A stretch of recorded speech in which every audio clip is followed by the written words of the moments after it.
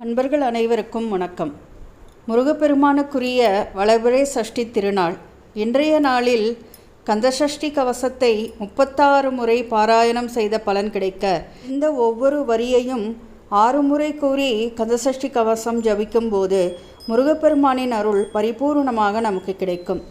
அவை: ஓம் சரவண பவ, ஓம் சரவண பவ, ஓம் சரவண பவ, ஓம் சரவண பவ, ஓம் சரவண பவ, ஓம் சரவண பவ. அடுத்தது ரவண பவஷ, ரவண பவஷ, ரவண பவஷ, ரவண பவஷ, ரவண பவஷ, ரவண பவஷ.